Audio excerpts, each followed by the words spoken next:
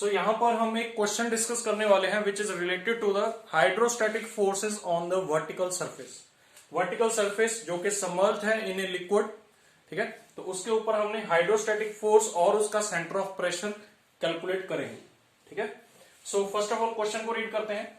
A vertical quarter circular surface of radius r is submerged in the fluid of specific weight gamma। आपको एक fluid दे दिया है जिसका specific weight gamma है, ठीक है। और आपको वर्टिकल सरफेस की शेप बता दी है, कैसी है, क्वार्टर सर्कुलर सरफेस है जिसका रेडियस क्या है, r है, and it is submerged in the fluid. Okay, so what is the value of hydrostatic force if one edge of the quarter circle is coinciding with the free liquid surface। Hydrostatic force की value कितनी होगी अगर quarter circular surface का एक edge जो है it is coinciding with the free liquid surface. तो देखिए हमने इस क्वेश्चन के लिए जो डायग्राम बनाया है, ठीक है, this is a quarter circle, ये क्वार्टर सर्कल है, सर्कल का एक चौथा पार्ट है। तो इसका एक एज जो है, this one edge is coinciding with the free liquid surface. तो इसके ऊपर आपको हाइड्रोस्टैटिक फोर्स बतानी है कि कितनी होगी, ठीक है। सो देखते हैं what is hydrostatic force. Hydrostatic force का सिंपल सा फॉर्मूला होता है, क्या होता है, रो जी ए इंटू एच बार, रो जी ए इंटू एच बार होता है, ठीक है। सो रो इंटू जी, रो इंटू जी आपको गिवन है, रो इंटू जी क्या होता है, स्पेसिफिक वेट, तो ये आपको गिवन है गामा, रो इंटू जी की वैल्यू क्या गिवन है, गामा। तो इसको आप यहां पर क्या पुट कर सकते हैं, गामा इंटू ए क्या होता है, A is the area of the surface, ठीक है। तो जो सरफेस आपने लिया है उसका एरिया क्या है, देखिए क्वार्टर सर्कल है, क्वार्टर सर्कल का एरिया कितना होता है, क्वार्टर सर्कल का एरिया क्या होगा, जिसका रेडियस आर है, सर्कल का रेडियस क्या होता है, पाई आर स्क्वायर, और क्वार्टर सर्कल का चौथा हिस्सा है तो इसका मतलब बाय 4, तो pi r square by 4, this is the area of the quarter circle into h bar. H bar क्या है, एच बार जो होता है, h bar is the depth of centroid, h bar is the depth of centroid of surface from free liquid surface, ठीक है। जो भी आपका सरफेस है उसके सेंट्रॉइड की depth from the free liquid surface that is equal to h bar, ठीक है। तो h बार हमें निकालना है, यहां पर हमें सेंट्रॉइड देखिए ये दिख रहा है, ठीक है, this is the centroid. Quarter circle का सेंट्रॉइड कहां होता है, किसी भी क्वार्टर सर्कल का सेंट्रॉइड कहां होता है, देखिए सेंट्रॉइड की लोकेशन बहुत पहले हम इसकी बहुत प्रॉपर तरीके से डेरिवेशन कर चुके हैं हमारे इंजीनियरिंग मैकेनिक्स के लेक्चर्स में। इंजीनियरिंग मैकेनिक्स के लेक्चर में हम क्वार्टर सर्कल का सेंट्रॉइड, क्वार्टर सर्कल का मोमेंट ऑफ इनर्शिया, सब चीजें कैलकुलेट कर चुके हैं और डिराइव करके किया है, ठीक है। तो this centroid is at distance 4r/3 pi and this distance is also 4r/3 pi, ठीक है। सेंट्रॉइड का distance from both edges is 4r/3 pi, दोनों से 4r/3 पाई होता है perpendicular distance of the centroid, ठीक है। तो यहां पर हम पुट कर सकते हैं this is the perpendicular depth of centroid, और डेप्थ ऑफ सेंट्रॉइड को आप बोल सकते हैं perpendicular distance from the edge, ठीक है। और इसकी वैल्यू क्या होगी, 4r/3 पाई, तो यहां पर पुट कर दीजिए 4r/3 पाई। इसको सॉल्व करिए, पाई के साथ पाई कैंसिल, 4 के साथ 4 कैंसिल, तो gamma r³ by 3 this will be equal to hydrostatic force on the quarter circular surface which is submerged in the liquid and its one edge is coinciding with the free liquid surface। ये तो था यहां पर एक question. अब दूसरा question यहां पर क्या पूछ सकते हैं, दूसरा क्वेश्चन आपसे बोला जा सकता है कि सेंटर ऑफ प्रेशर निकालिए, centre of pressure location, location या सेंटर ऑफ प्रेशर की डेप्थ निकालिए, ठीक है, जिसको हम एचपी बोलते हैं। तो सेंटर ऑफ प्रेशर की डेप्थ पूछी जा सकती है आपसे एग्जाम में, ठीक है, कि कितना डेप्थ पर सेंटर ऑफ प्रेशर होता है।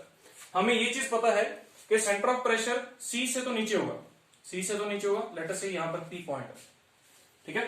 तो हमें एचपी निकालना है, पी पॉइंट की डेप्थ, ठीक है, पी पॉइंट की depth is HP, okay.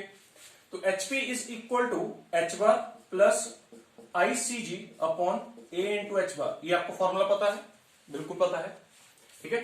H बार आपको पता है 4r/3 पाई है, एच बार की वैल्यू 4r/3 पाई है, प्लस आईसीजी नहीं आपको पता है, तो आईसीजी आपको पता होना चाहिए।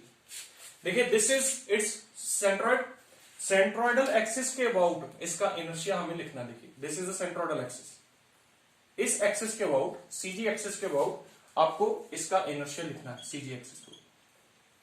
देखिए बहुत इजी है। सर्कल का इस एक्सिस के अबाउट इनर्शिया क्या होता है? It is πd4/64 I x. ठीक है, इस एक्सिस के अबाउट सर्कल का जो इनर्शिया होता है वो कितना होता है? πd4/64। मान लीजिए सर्कल की जगह हो गया सेमी सर्कल। सेमी सर्कल का इसी एक्सिस के अबाउट इनर्शिया क्या होगा? πd4/64 का हाफ।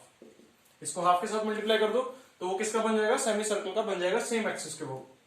अगर इसकी जगह पे आप क्वार्टर सर्कल कर दें, हमने कर दिया इसका क्वार्टर सर्कल, तो क्वार्टर सर्कल में भी सेम एक्सिस के अबाउट जो इनर्शिया होगा वो कितना होगा?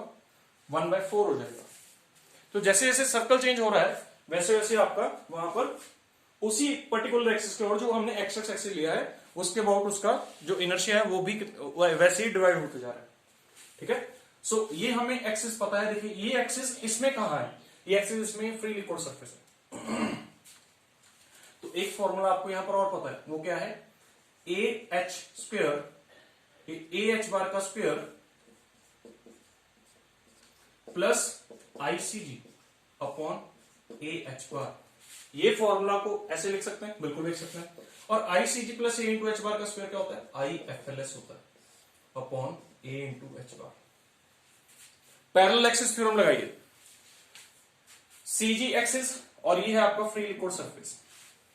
फ्री लिक्विड सरफेस और सीजी एक्सिस दोनों क्या है? पैरेलल है एक दूसरे के। और अगर दोनों एक दूसरे के पैरेलल हैं तो इसका मतलब हम बोल सकते हैं कि दोनों ने पैरेलल एक्सिस थ्योरम लग सकती है। और पैरेलल एक्सिस थ्योरम क्या होगी? I F L S is equal to I C G plus A into h bar का स्क्वायर। तो जब आपको आई एफ एल एस पहले से पता है फिर आपको आईसीजी निकालने की क्या जरूरत है? आई एफ एल एस तो आपको ये पता है। देखिए this is your I F L S.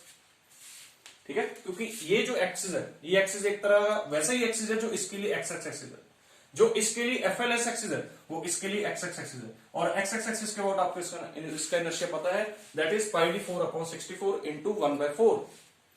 तो इसको अगर आप रेडियस की फॉर्म में लिखें तो रेडियस की फॉर्म में क्या आएगा? देखिए इसको लिख सकते हैं 2 इंटू आर, तो 2 का पावर 4 क्या हो गया? 16।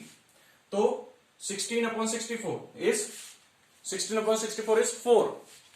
तो ये क्या बन जाएगा? πr4/16 is equal to I X X या आई एफ एल एस।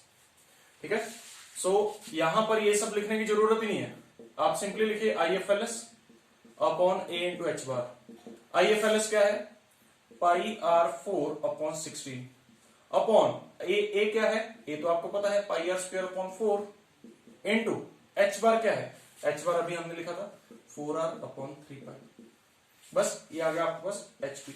और किस में आएगा? मीटर में आएगा, क्योंकि यहां पर हमने मीटर में नहीं, डायमेंशन आपको गिवन होगी क्योंकि हमने तो यहां पर सिंपली आर लिया है। ओके, तो r can have any unit. तो ये पाई के साथ ये पाई कैंसिल, 4 के साथ 4 कैंसिल, तो बचा क्या? πr⁴/16 इंटू ये 3 ऊपर चला गया अपॉन आर का क्यूब नीचे रह गया। ठीक है, so this is your HP. तो एचपी का फॉर्मूला जो यहां पर बनेगा that will be equal to πr/3πr/16। This will be your HP, 3πr/16। So this was the question for vertical surface. ये बहुत इजी है, this chapter is very very easy. ठीक है, हमने इसमें horizontal surface, vertical surface, inclined surface, curved surface सब चीजें यहां पर हमने डिस्कस कर ली हैं। ठीक है, so this was the question of vertical surface. ठीक है, ओके, थैंक यू।